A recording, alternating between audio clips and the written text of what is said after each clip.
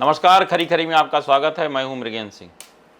मध्य प्रदेश की तबादला नीति और तबादले में क्या हो रहा है, आज उस पर हम चर्चा करेंगे विस्तार से।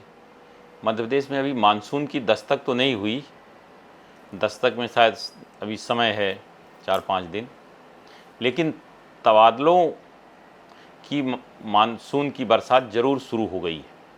लेकिन अभी जो रफ्तार होनी चाहिए वो रफ्तार नहीं है। अभी केवल एक विभाग की आज सूची निकली है, लोक निर्माण विभाग की। बाकी विभागों की भी प्रतीक्षा है, जबकि स्थानांतरण पर प्रतिबंध के मात्र 48 घंटे प्रतिबंध मतलब 48, अगर तिथि नहीं बढ़ाई जाती तो मात्र 48 घंटे बचे हैं।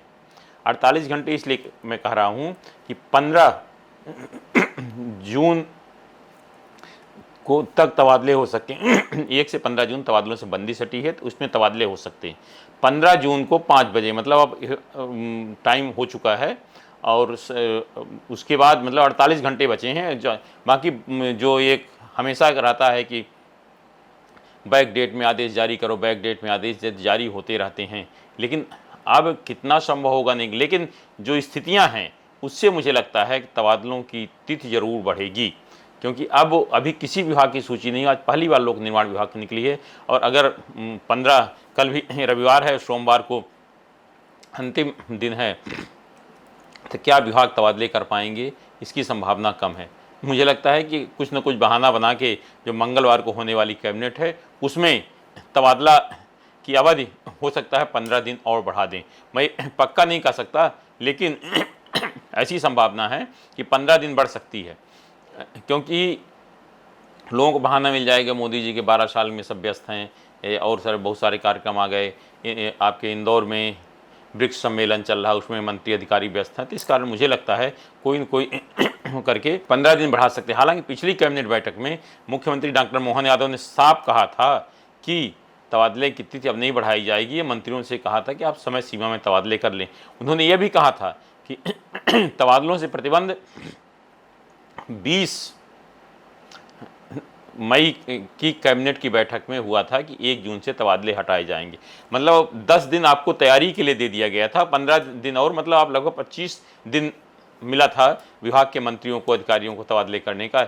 लेकिन लोगों ने इसको गंभीरता से नहीं लिया, इस कारण अभी तक सूची जारी नहीं हुई। आज लोक निर्माण विभाग की पहली सूची जारी हुई। और तो और छोड़े, राजस्व विभाग ने पटवारियों के ट्रांसफर की तिथि खत्म होने के 3 दिन पहले नियम अपनी अलग तबादला नीति जारी की है कि हम अलग तबादला नीति जारी करेंगे, उसके आधार तबादले। तब 3 दिन पहले अगर तबादला नीति जारी करोगे, फिर आप कब उनसे ऑनलाइन आवेदन लोगे और उसके कब ट्रांसफ़र करोगे? तो मुझे लगता है इसमें कहीं ना कहीं विभाग की भी गलती रहती है, विभाग के अधिकारियों की, कि समय सीमा में कोई काम नहीं करना चाहते। जब काम नहीं होगा तो मंत्रियों का दबाव होगा, तो निश्चित रूप से हो सकता है 1 हफ्ते, 10 दिन, 15 दिन बढ़ जाए, 15 दिन बढ़ जाएगी, फिर नहीं कर पाएंगे। 15 दिन बढ़ेगा तो क्या ठंडे बैठ। इसीलिए मैं कहता हूँ कि जो समय सीमा में काम नहीं होता, उसी कारण स्थितियां खराब होती है और लोग परेशान होते हैं। अगर हर काम की जो समय सीमा निर्धारित है उस पर अगर काम होने लगे तो स्थिति न बने। अब राजस्व विभाग ने आखिर भाई क्यों इतना लेट जारी किया? अब राजस्व विभाग ने पटवारियों के ट्रांसफ़र की जो नीति जारी की है, उसमें अभी कल जारी किया, 3 दिन पर 15 से, मतलब 3 दिन पहले जारी किया, और उस नीति में कहा है पहली बार शायद होगा कि पटवारी गृह तहसील में पदस्थ नहीं होंगे। अब बहुत सारे पटवारी गृह तहसील में हैं। अब उसके लिए क्या होगा कि जो वहाँ पदस्थ हैं, मुझे लगता है जो वहाँ पदस्थ हैं उनको नहीं हटाया जाएगा, लेकिन नई पदस्थापना नहीं होगी। पटवारी को भी हिला पाना इतना आसान नहीं होता। पटवारी आपके कलेक्टर से अधिक पावरफुल होता है। कलेक्टर का ट्रांसफ़र आसानी से होता है, लेकिन पटवारी को हटाना इतना आसान नहीं होता। अब चूँकि आवेदन भी करना है, आवेदन करेंगे जो आयुक्त भू संसाधन प्रबंधन को, ऑनलाइन आवेदन किए जाएँ पटवारियों के तबादले के लिए। उसमें जो पहली बार किया है कि उनको गृह तहसील में पदस्थापना नहीं की जाएगी। दूसरी जो 22 बैच के, मतलब 2022 में जो भर्ती हुए हैं परीक्षा पास करके, उनको उनके ट्रांसफ़र विशेष परिस्थिति में किए जाएंगे। विशेष परिस्थिति रखी गई कि अगर मान लो शादी है, पति पत्नी है, सरकारी नौकरी में है एक ज़िले में, तो उनको कर सकते हैं अगर जगह खाली है, बाकी का नहीं कर पाएंगे। साथ ही ये भी कहा है कि लोकायुक्त, ईओडब्ल्यू या और जांच एजेंसियों में अगर किसी के खिलाफ कोई प्रकरण दर्ज है कोई, तो उनके भी हस्तांतरण नहीं होंगे। अगर आप देखेंगे तो मुझे लगता है कि पटवारियों में कम से कम 10-15% तो होंगे ही जिनके खिलाफ जांच कर रही है। लोकायुक्त ट्रेप हुए हैं, और आपके ईओडब्ल्यू ट्रेप हुए हैं, और जांच एजेंसियों के बहुत सारे पटवारी ऐसे हैं कि ट्रेप भी हो चुके हैं और उसके बाद भी वो नौकरी कर रहे हैं। क्योंकि बहाना ये दिया जाता है कि पटवारी है ही नहीं, जगह कम है। मैं बहुत सारे उदाहरण हैं कि जो लोकायुक्त द्वारा पकड़े गए वो पटवारी बहाल हुए और उनको 2-2, 3-3 आपके 2-2, 3 दिन सर्किल का प्रभार दिया गया।